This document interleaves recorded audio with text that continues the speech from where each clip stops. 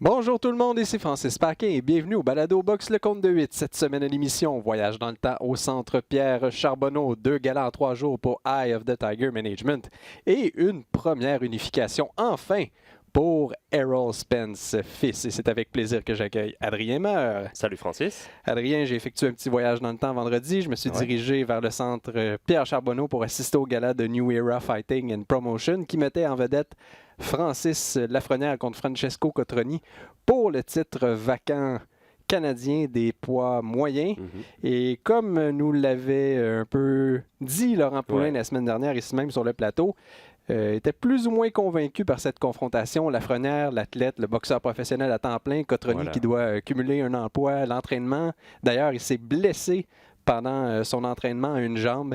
Et c'est ce qui lui a coûté le combat, littéralement, parce qu'au 5e round, il n'a pas eu le choix d'abandonner. Il n'était plus capable de se tenir sur ses deux jambes. D'ailleurs, il a eu besoin d'aide pour faire la marche du ring vers le vestiaire. Mais somme toute, ça a été une soirée quand même assez vintage, satisfaisante, des combats à saveur locale, des KO expéditifs, même un hommage bien senti rendu au promoteur Régis Lévesque. Oui, qui est monté sur le ring.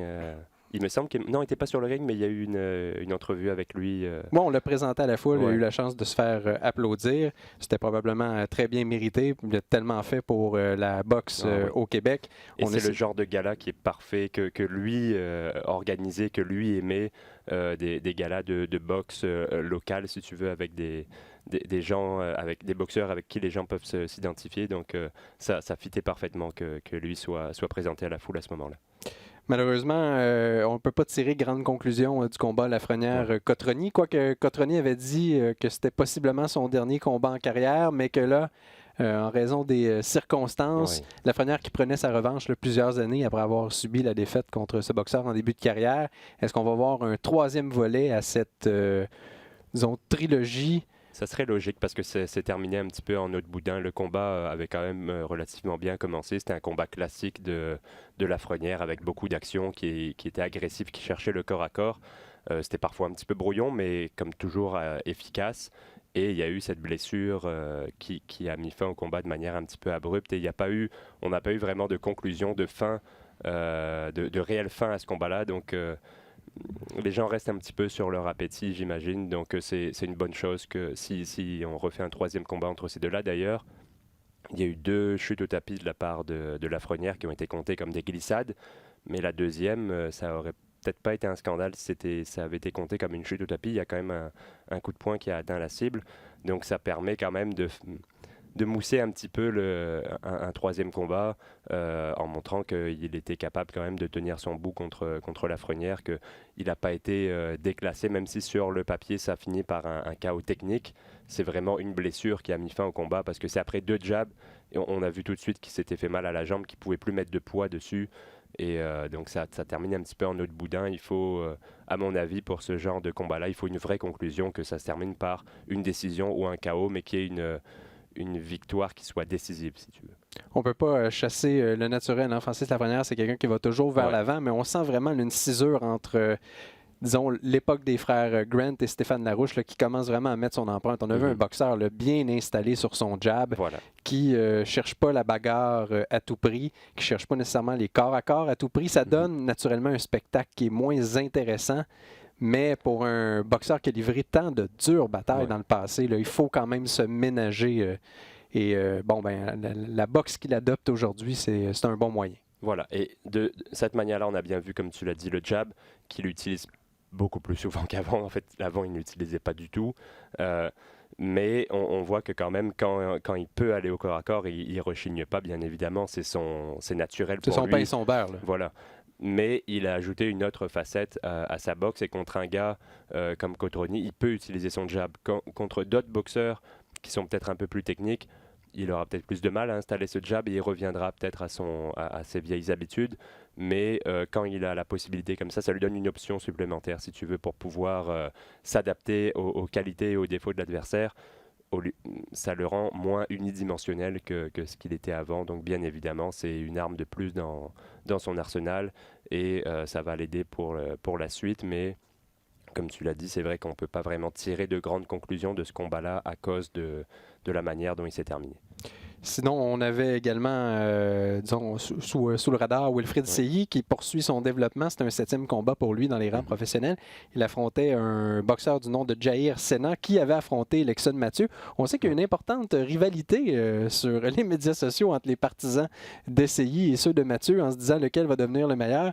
Et Sena s'est prêté au jeu. On lui a demandé qui cogne le plus dur et il a dit c'est définitivement Wilfried Seilly. C'est lui qui a le plus de chances de se rendre loin dans sa carrière. Bon, Seilly, c'est un Olympien. Avait convaincu Stéphane Larouche de le prendre sous sa férule après avoir servi de partenaire d'entraînement à Jean Pascal en préparation d'un de ses combats. Bon, il est encore effectivement, naturellement beaucoup trop tôt là, pour faire un pronostic à long terme, mais on voit les qualités. Elles sont visibles à l'œil nu, elles sont évidentes. C'est un gars qui a un physique déjà impressionnant. Il est athlétique, il est explosif. On voit qu'il a toutes les qualités pour aller loin. Après, c'est bien évidemment, comme avec beaucoup de boxeurs, une question de développement. Comment il va s'adapter à l'adversité, comment est-ce qu'on va lui amener à monter les marches une par une.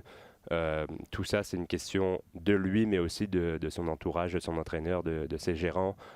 Comment on va amener sa carrière au prochain niveau. Mais en tout cas, il a toutes les qualités pour aller loin.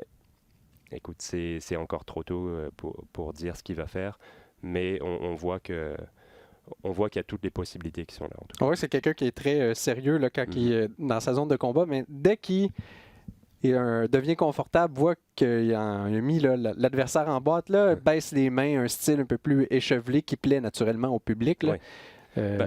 En début de carrière, c'est le moment de faire ça parce que tes adversaires sont un petit peu moins dangereux. Tu peux te permettre ce genre de choses-là et ça marque les esprits. Quand tu vas voir un gala, que tu as un boxeur qui reste classique pendant 6 rounds, peut-être qu'il va t'impressionner parce qu'il a dominé l'adversaire. Mais si tu en as un qui domine de la même manière l'adversaire, mais qui en plus fait un petit peu le spectacle, ça va plus marquer les esprits. Tu vas t'en souvenir la prochaine fois. Tu vas dire, ah oui, lui, c'est celui qui baissait les mains, qui faisait des feintes et tout.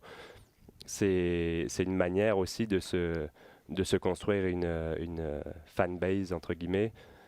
C'est pas plus mal. Et c'est le moment de le faire en début de carrière. C'est pas au moment où tu vas arriver à un gros test pour passer au niveau supérieur qu'il faut faire ces choses-là. C'est en début de carrière quand tu peux te le permettre. Bon, tu me connais de rien, j'ai profité de ma présence sur place au centre Pierre Charbonneau pour patiner un petit peu, apprendre des nouvelles là, qui circulent dans le monde de la boxe.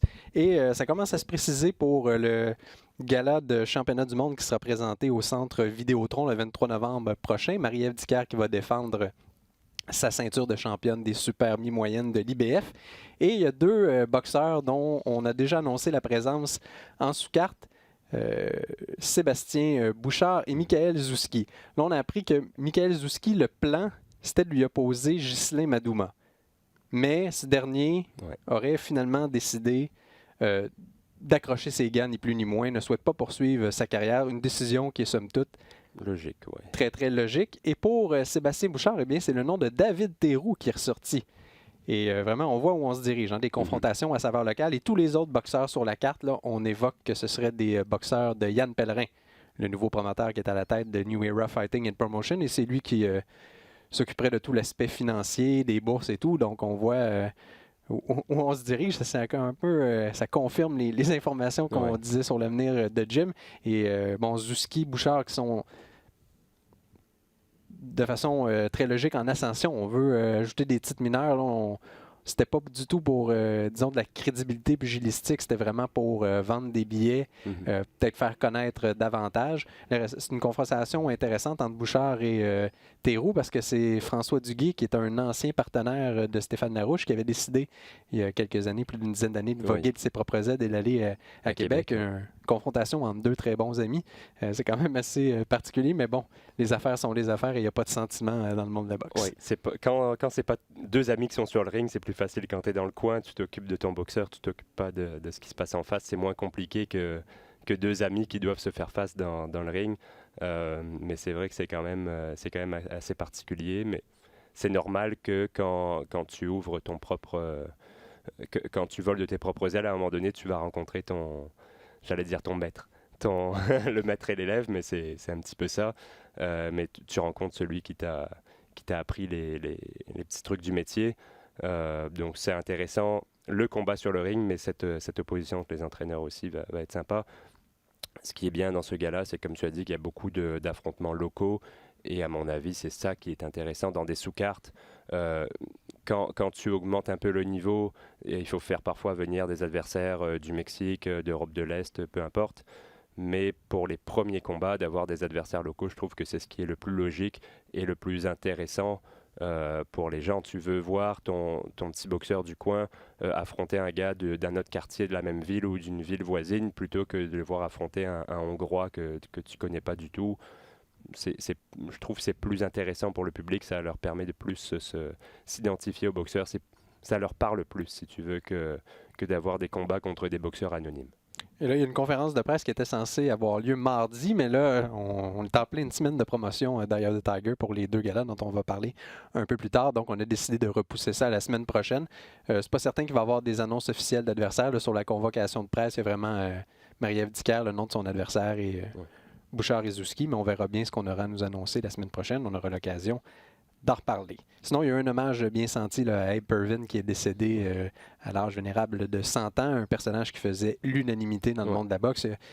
Si on parlait du maître, lui, il a été le maître là, de tellement d'entraîneurs. Stéphane Larouche, qui est peut-être son poulain le plus célèbre, mais Marc Ramsey, François Duguay, sont tous passés par leur gymnase.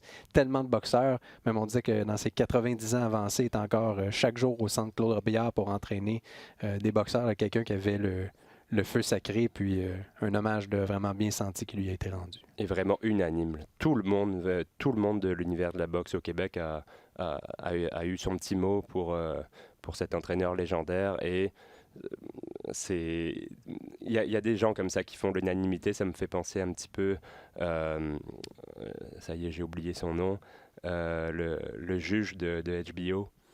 Monsieur Lederman. Quand il est décédé, pareil, c'était un concert d'éloge, il n'y avait pas un mot de travers, tout le monde allait dans le même sens. Avec Abe, c'est un petit peu pareil. Tout le monde est unanime, c'était quelqu'un qui savait se faire apprécier par son attitude. Et forcément, quand tu as ce genre de comportement, c'est rare de voir des gens qui t'aiment pas ou qui vont dire du mal de toi parce que tu es une inspiration pour les autres. C'était son cas, donc on va lui rendre hommage nous aussi au compte de 8. Et voilà. On regardait peut-être un peu de haut le combat présenté entre Peter Quillin et Alfred Angulo. On disait à la blague, là, il y a 10 ans, ça aurait été tout un combat. Et bien, les 2 boxeurs nous ont fait mentir parce qu'ils ont fait un combat excessivement excitant qui s'est terminé par décision partagée en faveur d'Alfredo Angulo. Ça a été un combat. Là, Angulo, on sait à quoi s'attendre de lui. Il fonce, et c'est ce qu'il a fait. Quillin, on dirait, on ne sait pas. Là, on vivote, on se demande qu'est-ce qui se passe avec lui. Et on réalise qu'il en reste peut-être moins qu'il en restait dans le réservoir là, pour l'ancien champion. Exactement. Avec Quillin, on dirait que ça dépend de quel pied il s'est levé. Si c'est du droit, ça va être un super combat. Si c'est du gauche, rien du tout. Je pensais que Angulo était bien plus fini, usé que Quillin. C'est ce qu'on disait la semaine dernière en préparation de ce combat-là. Eh bien, pas du tout. C'est Quillin qui a montré les signes de vieillissement, qui a nettement ralenti. Depuis cette défaite contre... on en reparle à chaque fois que Quillin monte sur le ring. Depuis cette défaite en 2015 par KO au premier round contre Daniel Jacobs, on a perdu le Peter Quillin qu'on connaissait. Il n'est jamais vraiment revenu. Il a eu quelques flashs depuis son retour, mais ça n'a jamais été le même boxeur qu'avant. On parle souvent de l'importance du mental, de la confiance dans le sport, particulièrement dans la boxe. Et ça, c'en est un exemple parfait. C'est un gars qui, quand il était invaincu, traversait ses adversaires, offrait des performances inspirées. Il avait cette aura, peut-être pas d'invincibilité, mais il avait une confiance inébranlable en ses moyens. Et depuis cette défaite contre Jacobs, on dirait qu'il a perdu ce côté-là. Pas qu'il a peur, mais il sait qu'il peut perdre. Et ça lui fait perdre un petit peu ses moyens. Dans ce combat contre Angulo, les 2 premiers rounds, il a très bien boxé. Il a utilisé son jab. Il s'est déplacé pour empêcher Angulo de l'approcher. Et à partir du 3e round, je ne sais pas s'il était fatigué. On a vu qu'il avait déjà la bouche ouverte, qui commençait à avoir un langage corporel vraiment négatif, et il a laissé Angulo s'approcher de lui et surtout le coincer contre les cordes. Quand il était contre les cordes, quand tu es contre les cordes contre Angulo, il y a une seule chose à faire, c'est de t'en aller le Sortir plus de là. vite possible. Va-t'en loin de là. Et il est resté. Il est resté pendant 2 minutes au 3e round, le dos contre les cordes, et il a pris des coups, des coups. Angulo, quand il est collé à toi, quand il est au corps à corps, il va jamais arrêter. Il va lancer ses 2 mains, encrochées au corps. Tu peux lui appuyer sur la tête, s'il va frapper des 2 mains au corps. Il va frapper à la tête. Il va envoyer tout ce qu'il peut dès qu'il est collé à toi. Et c'est exactement ce qu'il a fait. Et ce 3e round, ça a coupé les jambes de Quillin. Il n'a plus jamais été capable après d'installer sa boxe, de faire son combat à lui. Il a jamais réussi à faire ça pendant un round de complet. Au début, la première minute, il arrivait un petit peu à le garder à distance avec son jab, à bouger un petit peu, et inévitablement, à chaque round, Angulo arrivait à le coincer, que ce soit le long des cordes, ou même parfois, c'était pas le long des cordes, mais il était au corps à corps, et Quillin ne sortait pas du corps à corps. C'est ça qui a causé sa perte. C'était une décision partagée, mais à mon avis, c'est une victoire méritée pour Angulo. Moi, je l'avais gagnant aussi dans ce combat-là. C'était un 10 rounds. À mon avis, ça allait en 12. C'était une décision unanime pour Angulo parce qu'il montait en puissance. Oui, il y avait vraiment l'ascendant dans Voilà. la deuxième portion du combat. Exactement. Et on voyait qu'à la fin du combat, Quillin n'avait plus rien dans le réservoir. Il était vidé. Donc, c'est aussi une question physique. Je ne sais pas à quel point il était bien préparé ou quoi. Mais Angulo, qui normalement se battait à 154 livres, tous ses grands combats contre Erislandy Lara, contre Canelo Alvarez, c'était à 154. Là, c'était à 168. Et malgré tout, il a eu l'avantage physique, même au niveau de la force. On sentait qu'il était plus costaud que Quillin, qui pourtant était large. Il le bousculait dans les corps à corps. C'était lui qui était le mâle alpha, on va dire, dans ses épreuves de force. Et alors qu'il vient d'une catégorie en dessous. Donc il faut en donner à Angulo qui a offert une performance à laquelle on ne s'attendait pas. Mais il faut dire que Quillin aussi de son côté a été un petit peu décevant. Mais ça a donné un excellent combat. Parce que forcément, quand tu laisses Angulo faire son combat, ça va être un combat rempli d'action. Il va y avoir des échanges de tous les côtés. Et Quillin a atteint la cible assez souvent avec des bons coups. Parfois, c'est lui qui atteignait avec les meilleurs coups du round. Mais au volume, Angulo avait le dessus. Oui, parce que le pourcentage d'efficacité entre les deux boxeurs, il y a des années-lumière qui les séparent. Mais il y a la question du jab aussi, c'est qu'Angulo atteint pas la cible avec beaucoup de jab. Par contre, c'est pas CompuBox qui était là, mais c'était les stats de punch. Ils étaient un petit peu fraudés parce que à un moment donné, je pense que c'était au 6e ou au 7e round, on montrait que Angulo avait envoyé 67 jabs, on avait atteint la cible avec aucun. Mais tu regardes les reprises des 2-3 premiers rounds, un peu plus tard des 3-4, tu le vois souvent atteindre la cible. Il y a notamment une énorme droite qui est arrivée au 3e, qu'il prépare avec un jab au corps qui atteint au plexus. Au moment où on montre la stat, il atteint la cible avec un jab, mais la stat elle reste à 0. Je suis un petit peu... il faut en prendre par en laisser, comme on dit toujours avec les statistiques. Sinon, tu surveillais également Thomas Dulorme, un boxeur qu'on a déjà vu comme un des beaux espoirs de la boxe professionnelle, malheureusement un petit peu un parcours chaotique. Et l'emporte contre un boxeur invaincu du nom de Terrell Williams. Ouais, et c'est une victoire méritée pour Dulorme, mais Williams m'a quand même impressionné parce que c'est un gars, à son âge, il a 35 ans, pardon, pas énormément d'expérience, et pourtant il a offert une performance, même s'il a perdu la majorité des rounds, qu'il ne méritait pas de gagner ce combat-là, il a quand même été compétitif, il a montré qu'il était capable de tenir son bout contre un boxeur comme Dulorme, qu'on voyait en début de carrière comme le futur Trinidad.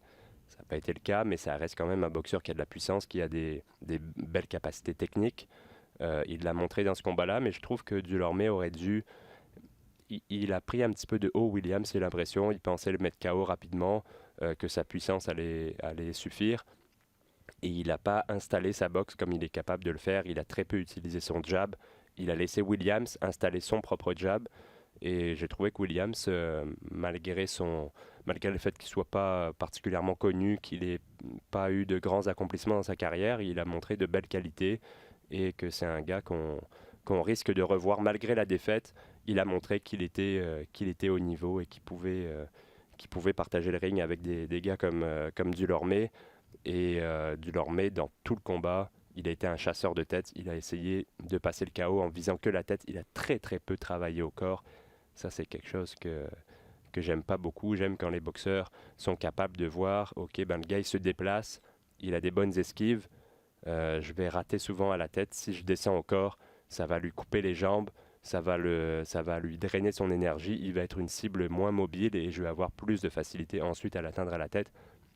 C'est une question d'intelligence dans le ring. Ça montre que le boxeur réfléchit, alors que là, il a essayé de l'atteindre à la tête, il l'a raté assez souvent et il a continué sans arrêt à faire la même chose. C'est peut-être pour ça que c'est pas devenu le nouveau Trinidad. C'est des petits ajustements à faire dans le ring. C'est là que tu sens les boxeurs qui peuvent passer au niveau supérieur, c'est qu'ils sont capables de voir les failles dans le jeu de l'adversaire, de réfléchir quand ils sont sur le ring et pas juste d'être sur le pilote automatique et de répéter les mêmes choses ronde après ronde. Et un petit mot rapide sur Peter Petrov, qui l'a emporté de manière expéditive et qui a défié Ryan Garcia. Ouais, il voulait ce combat contre Garcia, qui finalement n'a pas eu d'adversaire après qu'Avery Sparrow était arrêté par la police. Donc il affrontait Dedrick Bell. Bon, il lui a passé sur le corps, mais ce qui est intéressant, c'est d'aller voir ce combat-là. Vous pouvez bidouiller sur Internet pour le trouver, juste pour entendre la fin du combat. Ça s'est terminé au deuxième round sur un crochet au foie, et on l'entend très très clairement dans la vidéo. Le crochet, il fait un bruit énorme et tout de suite Bell par terre. L'arbitre a même pas pris la peine de compter. Il a tout de suite arrêté le combat parce qu'il le savait. Là, lui aussi, il l'a entendu. Ça vaut le coup d'aller voir ce combat-là juste pour entendre le bruit de ce crochet au corps. Autour d'Eye of the Tiger Management de lancer sa saison 2019-2020 avec 2 galas. Le premier présenté jeudi soir à compter de 19h et l'autre samedi après-midi à compter de 12h30. Celui de jeudi met en vedette Steven Butler, qui est maintenant classé premier aspirant au titre des poids moyens de la WBO, donc logiquement aspirant obligatoire à un certain... Oh, vas-y, on le donne en 1000. Billy Joe Saunders? Non, du tout. Ça va être compliqué, ça. Demetrius Andrade. C'est encore pire. Ouais. Parce qu'on dit que un peu le même genre de boxeur, Saunders a amené David Lemieux à l'école, mais Andrade, je crois, à mon avis, que c'est un bien meilleur boxeur technique qui a été champion à 154 livres, champion à 160 livres ensuite, qui possède toutes les qualités. Peut-être son seul défaut, c'est celui d'être un peu ennuyant dans le ring, mais ça n'en fait pas un boxeur qui n'a pas de capacité, qui n'a pas de talent. Mais là, on reconnaît que Butler est peut-être pas encore prêt pour un défi comme celui d'Andrade.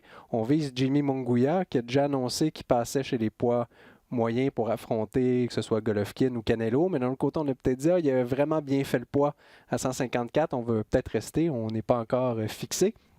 Et là, notre ami Butler qui affronte un boxeur du nom de Paul Valenzuela fils. Qui a été choisi exprès. Exprès pour, on dit on veut donner des rounds à Butler, on veut faire en sorte que comment il va se débrouiller, parce qu'on son dernier combat, on l'oublie, mais il y avait eu une chute au plancher, même à un certain moment, on se demandait si Butler allait pas être arrêté par son adversaire, qui lui avait peut-être pas eu des conditions optimales d'entraînement. Là, c'était vraiment le côté B de l'équation. Donc, Butler a quand même beaucoup de combats à son actif dans les rangs professionnels, mais à 24 ans demeure encore un peu vert, si on peut se permettre l'expression, encore besoin d'expérience, encore besoin de faire des rounds. Et on espère, dans le cas d'Eye of the Tiger, que ça va s'inscrire dans cette logique-là jeudi soir. Oui, et il faut absolument qu'il fasse mieux que contre Kopilenko, parce que ça avait été une performance assez terne de sa part. Il était proche de se faire surprendre par l'Ukrainien. Là, il est dans l'obligation de faire mieux. Et si on a choisi Valenzuela Junior, c'est pour une bonne raison. Tu l'as dit, on vise Munguia, et Valenzuela, il a perdu contre Munguia par KO deuxième ronde. Ça va être intéressant de voir la comparaison qu'on pourra faire. Si Butler offre une performance intéressante, on va pouvoir dire, ben voilà, ils ont un adversaire commun. Voilà ce qu'a fait Munguia, voilà ce qu'a fait Butler, ça se ressemble, donc c'est le jeu des comparaisons, et c'est parce qu'on veut se rapprocher de Munguia à mon avis, qu'on a choisi Valenzuela. D'un autre côté, c'est un jeu qui est dangereux parce que David Lemieux court après Canelo Alvarez depuis combien d'années? Là, on se met à courir après Jimmy Munguia qui est très très bien protégé. D'un autre côté, est-ce que Butler a la renommée assez grande pour être un adversaire intéressant pour Munguia? Je pense que froidement, la réponse, c'est non. Il va falloir qu'il enchaîne quelques victoires avec des boxeurs qui ont une plus grande renommée pour pouvoir attirer l'œil de Munguia et de son équipe, parce que Munguia n'a pas besoin d'avoir un adversaire particulièrement dangereux. Ou, avec sa popularité, tu peux mettre Munguia contre n'importe qui. Regarde ses derniers adversaires, on avait eu Denis Hogan qui était relativement inconnu, des adversaires comme ça. Donc il n'a pas besoin d'aller chercher un adversaire qui a une force de frappe qui pourrait le mettre en danger. Il faut que Butler s'impose. On ne va pas lui donner ce combat-là, ça ne va pas arriver sur un plateau. Il faut qu'il fasse pas les efforts, mais il faut qu'il devienne un incontournable. Voilà, il faut qu'il ait les accomplissements pour arriver et dire voilà, moi j'ai fait ça, je mérite ce combat contre Munguia, mais en ce moment il ne peut pas dire ça. Il ne peut pas arriver et montrer son combat contre Kopilenko et dire je mérite un combat contre Munguia. Il faut qu'il remporte des combats de manière spectaculaire contre des noms un petit peu plus connus et comme tu dis, qu'il devienne un incontournable, qu'il s'impose. J'évoquais le nom de David Lemieux. Il semble de moins en moins probable qu'il soit sur la carte du 2 novembre en demi-finale de Canelo Alvarez contre Kovalev, puisque Ryan Garcia a déjà été nommé pour la demi-finale. Donc, on avait beaucoup d'espoir que David Lemieux soit sur cette carte. C'est pas impossible, mais si on lit là, un peu partout dans les médias spécialisés aux États-Unis, fort à parier qu'il ne sera pas là. Peut-être la méga carte du 7 décembre au Centre Bell, qui sait. Mais c'est quand même dommage quand on voit les... Si on ne compte pas sur l'appui de la télévision américaine ou de DAZN, ça va être difficile d'attirer un nom de renommée internationale au Centre Bell. Donc, on nage un peu beaucoup dans l'inconnu. Pour cette carte jeudi, il y a également Batir Yukembayev qui dispute un combat significatif prévu pour 10 rounds. 2 titres mineurs qui sont en enjeu contre l'ancien champion Miguel Vasquez qu'on avait vu contre Ghislain Madouma ce printemps. Et il y avait également Nurzat Sabirov qui devait affronter Bruno Sandoval, le Brésilien, mais Sabirov s'est blessé, donc combat annulé. Ouais. C'était une belle chance parce que c'est on s'entend, c'est pas un des meilleurs boxeurs livre pour livre de la planète, mais le Brésilien a quand même une certaine renommée. On peut se prêter au fameux jeu des comparaisons et c'est dommage. Là, ça aurait été un combat intéressant, puis ça enlève un combat de la carte, donc c'est dommage. Et pour revenir à Vasquez contre Yukembayev, ça va être un combat intéressant parce qu'on connaît toute l'expérience de Vasquez, qui est capable de se déplacer, de garder l'adversaire à distance comme il l'avait fait contre Madouma. Il a des très longs bras, il mesure 5 pieds 10, ce qui est grand pour la catégorie. Yukembayev est à 5 pieds 7, mais peut-être que sa position de gaucher, Vasquez en a déjà vu d'autres des gauchers, mais ça pourrait peut-être déranger un petit peu plus le Mexicain. Et Yukembayev a la puissance et le jeu de pied qui ont peut-être un peu manqué à Madouma dans son combat contre Vasquez. Il est plus frais aussi physiquement. Donc ça va être intéressant, mais je pense que Yukembayev a les qualités pour défaire le puzzle de Vasquez. On sait qu'il y a eu tendance au cours de la dernière année commencer ses combats lentement, avait visité le plancher 2 fois au premier round dans 2 combats consécutifs. Quoique Vasquez n'est pas non plus une tête folle, donc voilà. Il n'a pas la puissance non plus. C'est plus un boxeur de finesse qu'un cogneur. Donc au niveau de la puissance et de la mâchoire de Yukembayev, j'ai pas trop d'inquiétude, mais ça va être un beau petit duel d'échecs sur le ring, mais il va falloir que Yukembayev arrive à couper le ring et à coincer Vasquez, parce qu'on le sait, Vasquez, il nous l'a déjà montré, il est capable de se déplacer, de tourner pendant 10 rounds, 12 rounds, pendant tout le combat et de dominer à distance.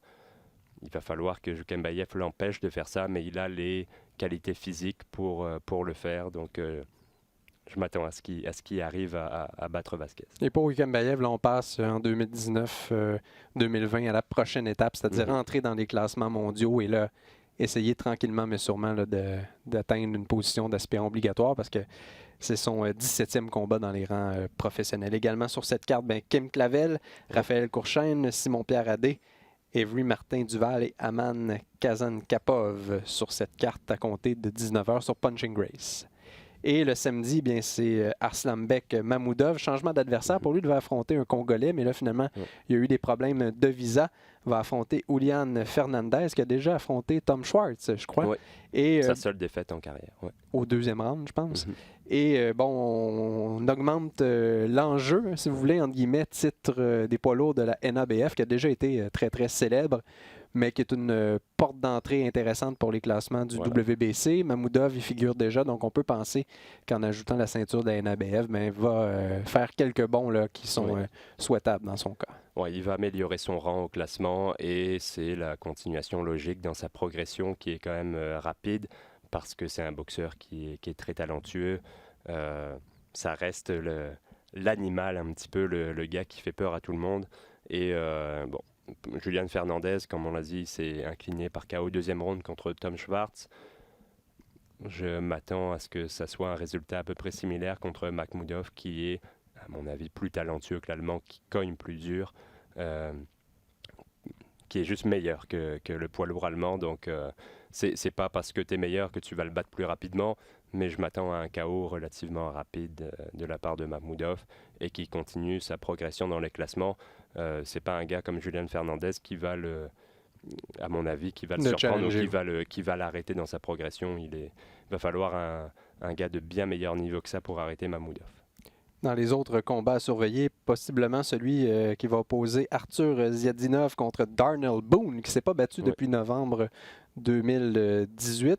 On l'a déjà vu à quelques reprises au Québec.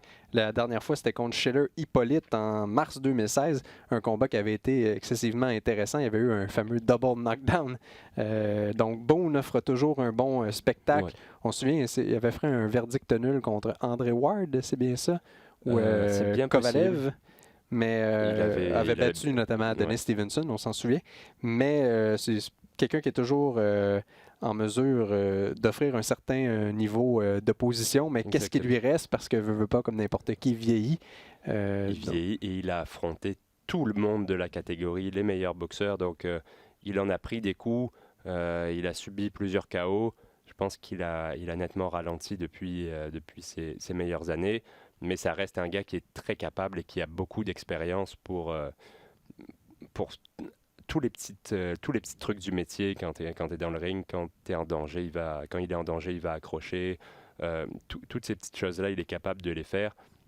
Mais c'est vraiment qu'est-ce qui lui reste dans le réservoir parce que il a eu beaucoup de combats très difficiles, beaucoup de défaites, beaucoup de KO. Donc c'est dur de savoir où est-ce qu'il est rendu, quel genre de performance, quel genre de position il va offrir. Mais c'est un gars qui est tout à fait capable de donner des rounds et de résister assez longtemps et de t'emmener en décision. Il avait envoyé Ward au plancher, avait perdu, puis défaite par décision partagée contre Kovalev. Mais bon, ça montre à quel point... c'est un gars, quand il est dans les bonnes conditions, qui est capable de faire des résultats. Sinon, Mathieu Germain, qui fera toujours des performances assez excitantes dans l'arène, qui lui affronte Uriel Perez. Germain qui est classé à l'IBF, donc on va vouloir protéger cette position-là. C'est exactement ça. Le but, c'est de non seulement protéger ta position, mais pourquoi pas gagner un ou deux rangs. Oui, si les boxeurs en haut, certains subissent la défaite, ben, c'est possible de gagner, de grappiller quelques places. Ouais. Après, du côté de Uriel Perez, je ne le connais pas beaucoup, donc j'ai pas grand-chose à dire sur le Mexicain, je suis désolé. Mais Germain, on sait ce qu'il va offrir dans le ring. C'est un boxeur qui a une belle technique, qui se déplace très bien, qui est rapide. Je pense que Perez...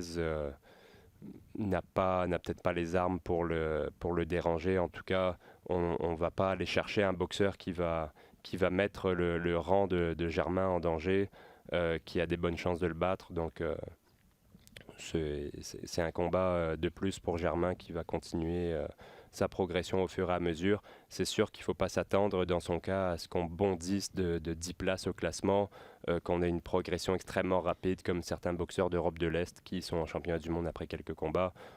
Ça va prendre du temps et il faut que ça se construise au fur et à mesure, c'est normal.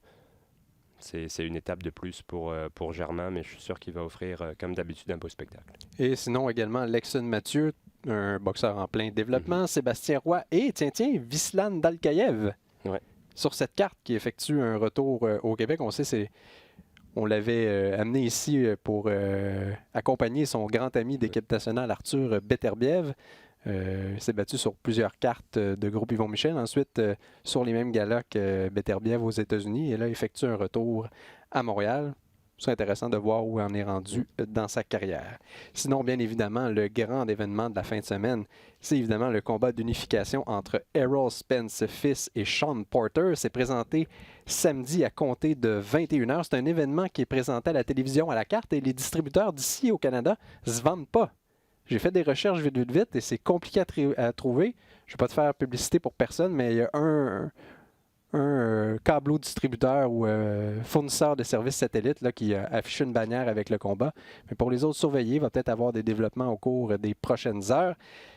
Écoute, Adrien, ça fait longtemps. Quand on nous parle de Spence comme pas un des meilleurs boxeurs livre pour livre dans le top 10, non, comme le futur numéro 1. Présentement, 6e selon The Ring et 5e selon ESPN. Et là, enfin, il va avoir l'occasion de peut-être gagner des places parce qu'il affronte un adversaire extrêmement crédible en Sean Porter, qui est champion du WBC. Bon, après ma barre, les observateurs, ils favorisent largement Spence. Porter, là, il est négligé à plus de 6 contre 1 la dernière fois que j'ai regardé. Par contre, tous s'entendent pour dire que Spence va devoir travailler pour aller chercher cette ceinture du WBC. Voilà, en son dernier combat, Spence avait affronté Garcia, qui était lui, qui est encore dans le top 10 livre pour livre. Mais qui était monté de 2 catégories. Voilà, de 2 catégories, était bien plus petit. Même si Garcia est plus talentueux que Porter, Porter va avoir plus d'armes pour déranger Spence que n'en avait Garcia. Je m'attends à ce que ça soit un combat un peu compliqué pour Spence. Je pense qu'il va quand même l'emporter. On le voit, Spence, tout le talent qu'il a.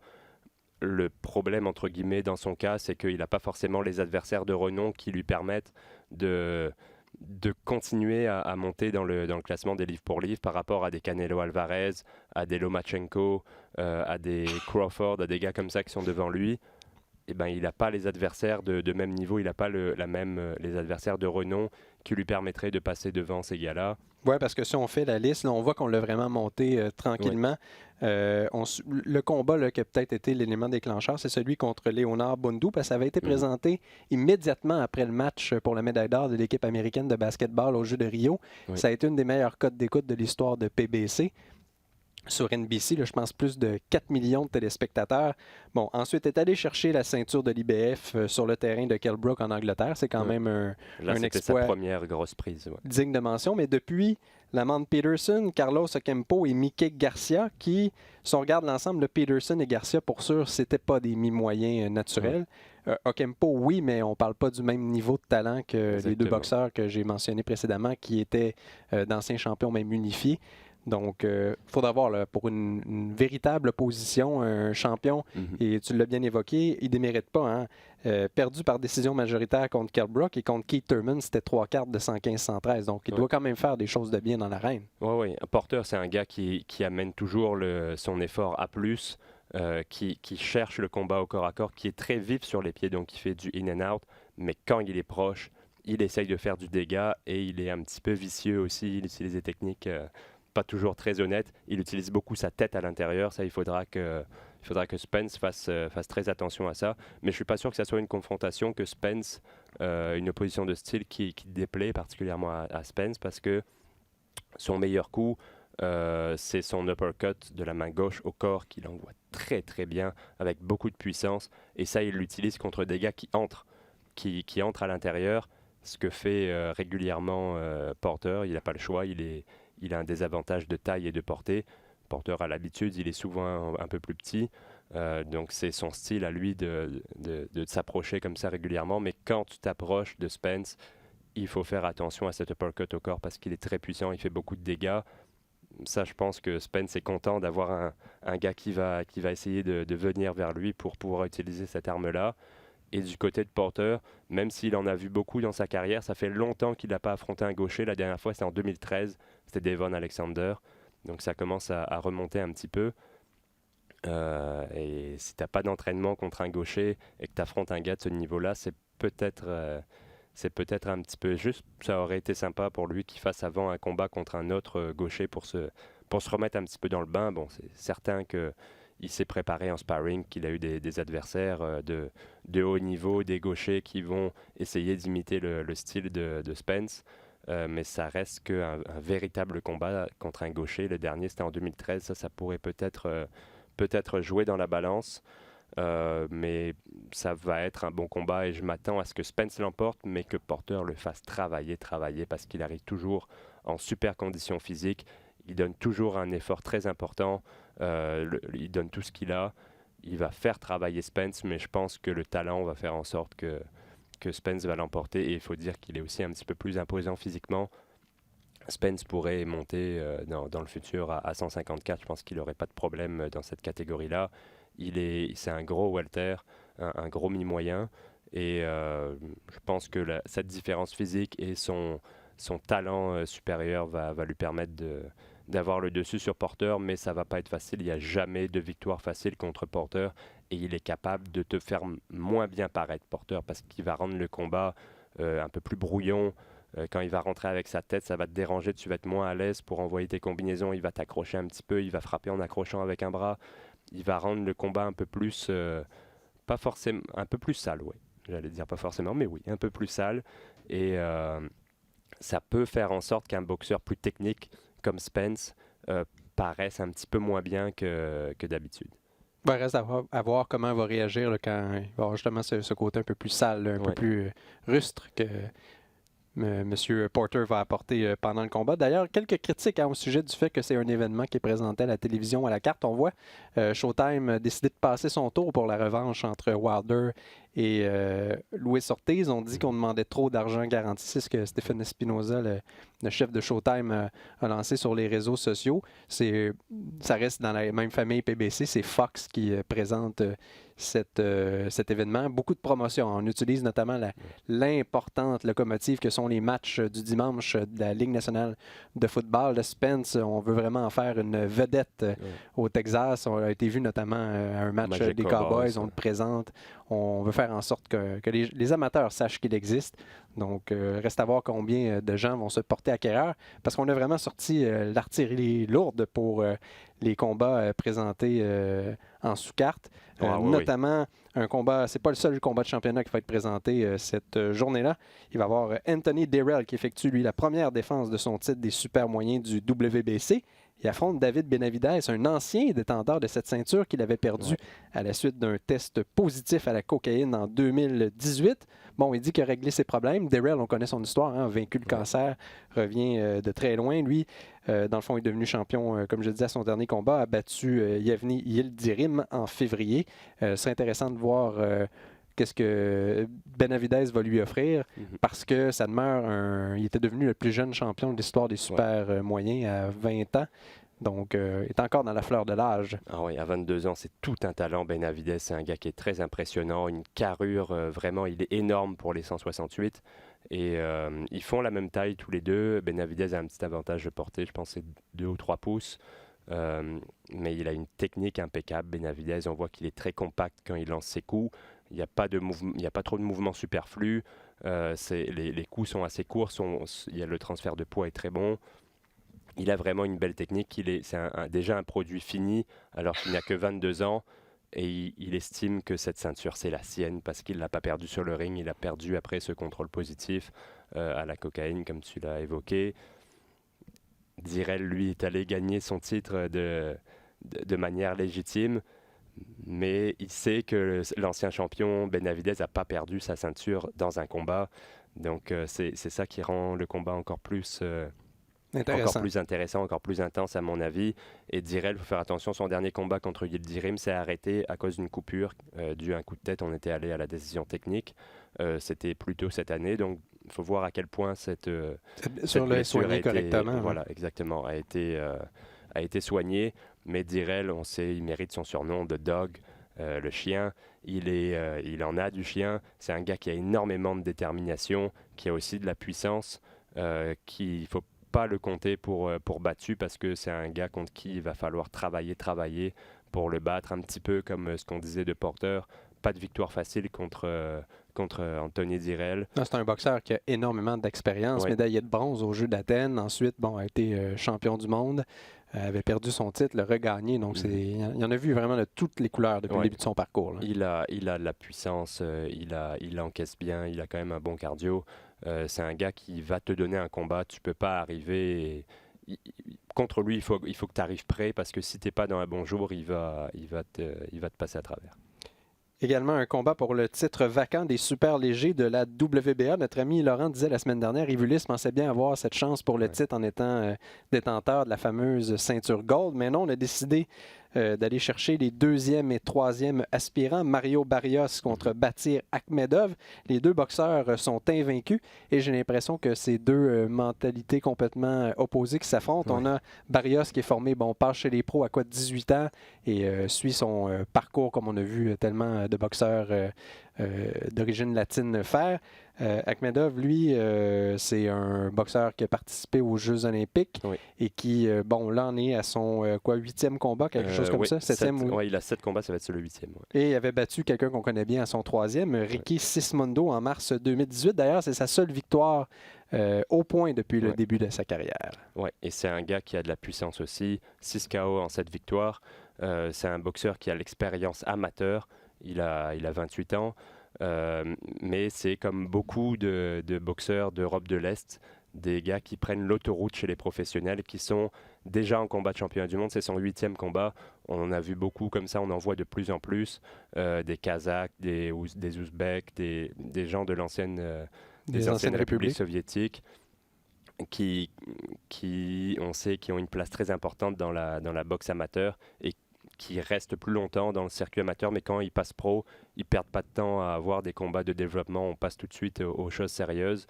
C'est peut-être une bonne chose, mais c'est pas la même chose la boxe amateur et la boxe pro, donc il faut quand même un certain temps d'adaptation. Et Barrios, lui, depuis le début de sa carrière, il est très impressionnant. Déjà 24 combats à 24 ans, pardon. Il enregistre des KO spectaculaires, il en a 8 de suite. On l'a vu dans des sous-cartes de grands événements attirer l'attention des gens parce que c'était le KO de la soirée qu'il réussissait. Mais par contre, ses adversaires, l'opposition est un peu moindre. Quand tu vois un gars arriver à son 24e combat, tu t'attends à ce qu'il ait des adversaires de niveau un petit peu supérieur. C'est pas le cas pour lui, mais il est encore jeune, il a encore 24 ans, donc c'est un petit peu normal qu'on ne le mette pas tout de suite dans des combats trop dangereux pour lui, et il a réussi à monter les rangs comme ça au fur et à mesure, et maintenant il a sa chance pour une ceinture, donc c'était une bonne gestion de sa carrière. Maintenant c'est vraiment compliqué de prédire ce combat-là parce que Akhmedov, comme ça fait pas longtemps qu'il est chez les pros, c'est dur de voir un petit peu ce qu'il va amener dans le ring, s'il va être capable de tenir sur la durée, parce que c'est ça qui fait souvent la différence entre les boxeurs amateurs qui passent rapidement au niveau supérieur et les boxeurs qui ont une progression plus constante chez les pros. C'est que tu apprends à garder ton énergie tout au long du combat, alors que les boxeurs qui viennent récemment des amateurs sont très bons en début de combat, et quand ça s'étire, ils ont tendance à tirer la langue parce que c'est pas une habitude pour eux que les combats durent 7, 8, 9, 10 rounds. Donc il faut voir si Akhmedov est prêt physiquement aussi. Sinon, une confrontation entre Josecito Lopez et John Molina Fils que tu vas surveiller attentivement. Ah oui, ça pour moi, sur papier, c'est le combat de la soirée. Il y a la finale, bien évidemment, mais au niveau pour un combat fan-friendly, ça risque d'être celui-là parce que c'est deux vétérans qui amènent toujours le meilleur dans le ring. Ils ont fait des combats incroyables tous les deux. Je m'en souviens du combat de Molina contre Matisse. Ça avait été un des combats de l'année il y a quelques années déjà. Roresto Lopez, je ne sais même plus quel adversaire nommer parce que son dernier c'était contre Dulorme. Ça avait été un excellent combat, ça avait été un nul, mais un très très bon combat. À chaque fois, il amène du spectacle. C'est un petit peu comme tu prends tu fais souvent ça quand tu es un promoteur. Et tu amènes ta carte, tu fais tes oppositions, tes combats, et après tu mets un combat où tu sais, comme quand on faisait des Rios contre Alvarado, tu sais que ce combat-là, ça va être un feu d'artifice, que ça va être ton gros combat qui va impressionner tout le monde. C'est un petit peu comme au cinéma quand on prend deux stars de films d'action. Tu prends The Rock et Jason Statham, tu les mets dans un film, et là tu sais qu'il va y avoir des hélicoptères. Ils vont tirer l'hélicoptère avec une chaîne. Là, c'est un petit peu pareil. Il n'y aura pas de chaîne, il n'y aura pas d'hélicoptère, mais il va y avoir beaucoup d'action. Et ça risque d'être le combat de la soirée au niveau du public, si tu veux, de l'appréciation du public. Quelques galas à surveiller cette fin de semaine. Oui, à la télévision, ça commence vendredi 14h30 sur ESPN+. Daniel Dubois qui affronte Ebenezer Tété. On parle beaucoup avec raison des boxeurs qui ont participé au tournoi des super lourds des Jeux de Rio, notamment Tony Yoka, dont on va parler du combat bientôt. Mais il y en a d'autres qui évoluent en marge. Arslanbek Mamoudov en est un et Daniel Dubois en est un autre. Lui, il est déjà classé 15e à l'IBF, 9e à la WBO. Et là, il pourra ajouter le titre du Commonwealth à sa collection. Ça permet un bond considérable au classement du WBC, où il est hors du top 15, mais dans le top 40. Il affronte un autre boxeur invaincu, le Ghanéen Tété. Je pourrais essayer, Adrien, de te faire croire énormément de choses que Tété va l'emporter, mais il n'est jamais sorti d'Accra. Et sur ses 19 combats depuis le début de sa carrière, il y en a 3. Les adversaires avaient des fiches gagnantes. Donc, c'est difficile de croire en ses chances. Oui, on sait à quoi s'attendre. Là, il avait affronté à son dernier combat un autre boxeur invaincu, Nathan Gorman, qui lui est un espoir britannique établi. On sait qu'il va faire une bonne carrière parce qu'il a les capacités, le talent pour le faire. Là, c'est un autre boxeur invaincu, mais c'est pas un adversaire qui a été choisi pour la progression de Dubois. C'est bien évidemment parce qu'il y a cette ceinture, il y a ce titre. On sait que c'est Dubois qui est clairement le côté A de l'équation, que c'est lui qui est censé remporter facilement ce combat-là. Il faut faire attention quand même. Il avait eu un adversaire précédent qui venait du Ghana aussi, qui était, si je ne me trompe pas, jamais sorti du Ghana. C'était Larté, qui l'avait battu, je pense que c'était KO 3e ou 4e round, mais qui s'était montré dangereux parce que c'est un gars qui avait rien à perdre. Et quand il s'est mis à encaisser des coups, il a dit moi aussi j'y vais. Il a envoyé des bombes. Et il a atteint quelquefois Dubois. Donc c'est le genre de boxeur qui a rien à perdre et qui peut jeter tout par la fenêtre et dire ok, moi je donne tout, j'y vais maintenant, et qui peut s'avérer dangereux. Mais je vois mal un gars avec cette expérience-là battre un boxeur aussi solide que Dubois. Je pense que Dubois va aller loin parce qu'il est encore jeune, il a 21 ans seulement. C'est un gars qui a un physique impressionnant, 6 pieds 5, massif, qui a une bonne technique, il reste compact, il est pas foufou dans le ring, il est assez intelligent, il prend son temps. Quand il arrive à atteindre l'adversaire avec son jab, à l'ébranler, il se jette pas dessus comme un fou. Il fait les choses comme un vétéran alors qu'il n'a que 21 ans. Je pense que c'est un gars qui se développe très très bien et qui va avoir une longue carrière chez les lourds. Sur papier, le combat le plus intéressant à surveiller, c'est celui de la championne des mouches de la WBO, Nicolas Adams, qu'on avait déjà vu à Laval en sous-carte de Lemieux Sanders. Pour elle, c'est la première défense de son titre. Vendredi 19h, sur la page Facebook de PR Best Boxing, Carlos Arrieta qui affronte Ricardo Nunez. Un premier combat pour 10 rounds, pour celui qu'on surnomme The Chosen One. Ricardo Nunez, c'est un ancien aspirant mondial, mais il a perdu ses 4 derniers combats, 5 de ses 6 ou ses 7 de ses 10 derniers, là, si tu préfères. Choisis la séquence que tu veux. Donc, on va... Meilleure occasion de voir si c'est vraiment lui, l'élu. Oh. Et samedi, on surveille Tony Yoka contre Michael Wallisch. Yoka, lui, est surnommé, j'ai appris ça, la conquête. Oui, c'est après son titre olympique. Comme c'est Canal+, qui est un des diffuseurs de la boxe en France, mais qui est le diffuseur historique depuis des années, depuis que je suis né en fait. Pour moi, ça a été Canal qui était synonyme de boxe. Et ils ont mis beaucoup d'argent sur Tony Yoka pour tous ses combats depuis son premier combat pro. Et l'objectif, c'est de l'amener en combat de championnat du monde. Donc c'est pour ça qu'ils ont appelé... Au début, c'était cette signature, tout le projet autour de Tony Yoka qui était appelé la conquête, puis finalement c'est devenu son surnom. Mais c'est important parce que là, moi j'avais sur ma feuille de Chosen One. S'il n'y avait pas eu ce surnom-là, je n'aurais pas parlé. C'est important, un bon surnom. Lui, c'est un deuxième combat cette année. Il affronte un Allemand qui a subi ses 2 défaites contre Christian Hammer et un certain Efe Ajagba. On parlait des boxeurs des Jeux olympiques de Rio. On voit là un autre, et ça va être un bon moyen de le comparer. Je pense que c'est pour ça qu'on Victoire par KO au 5e.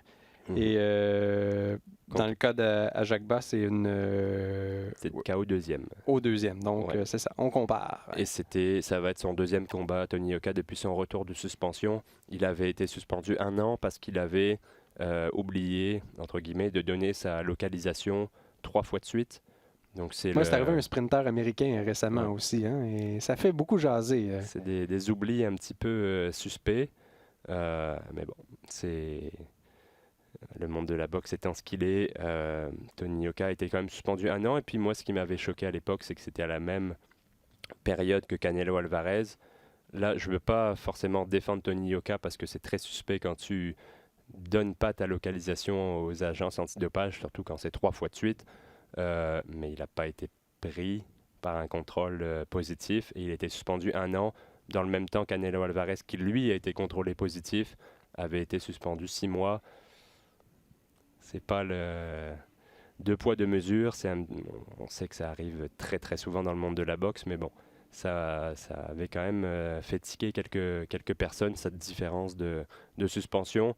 Toujours est-il que depuis son retour de suspension, c'est son 2e combat. Le premier, ça avait été contre Dimitrenko. Il s'est en été débarrassé très rapidement. KO 3e round. Dimitrenko, on s'en souvient, c'était l'adversaire de Andy Ruiz Jr. juste avant son combat contre Joshua où il avait créé la surprise. Donc Dimitrenko, c'est pas la première fois qu'on parle de lui. C'est un boxeur qui est établi chez les lourds, qui a tout, la carrure, la puissance, même s'il n'a pas forcément le talent. C'est quand même un bon moyen de savoir où tu es rendu dans ta carrière. Et quand c'est ton 6e combat que tu affrontes Dimitrenko, ça veut dire qu'on va déjà très très vite dans sa carrière. Avant ça, c'était David Allen, qui est un boxeur britannique quand même pas mal établi, qui avait battu Lucas Brown à son dernier combat. On lui fait affronter des adversaires qui sont déjà de bon niveau à Tony Yoka parce on sait qu'il a du talent et on va quand même assez vite. Quand je regarde la progression de Tony Yoka par rapport au champion olympique précédent qui est Anthony Joshua, je trouve qu'on va plus vite avec Yoka qu'on est allé avec Joshua. Ça peut être une épée à double tranchant parce qu'il ne faut pas aller trop vite non plus dans son cas. D'un autre côté, les réseaux investissent tellement d'argent qu'on est des fois peut-être un peu pressé pour obtenir le retour sur investissement et là, on se met à prendre des risques. Ouais. Parce que là, il me semble, pour signer Tony Yoka, pour tous ces combats, il me semble qu'ils ont dépensé Canal+ entre 10 et 15 millions d'euros, ce qui, en France, est énorme pour la boxe. Énorme. Il n'y a aucun boxeur dans toute l'histoire de la boxe française qui peut se targuer d'avoir eu des montants comme ça pour ses combats, pour diffuser ses combats. Donc, il y a énormément de pression sur ses épaules. Donc, c'est ce qui fait le tour pour l'actualité. Cette semaine, comme à l'habitude, je vous invite à visiter le rds.ca/balado diffusion, l'application RDS ou encore l'application iHeart Radio pour voir tout le contenu qui vous est proposé. Donc, au nom d'Adrien Meur et du numéro 1 de la mise en onde, Tim Fournier, ici Francis Paquin, qui vous remercie d'avoir été des nôtres et qui vous dit à la prochaine. Ciao!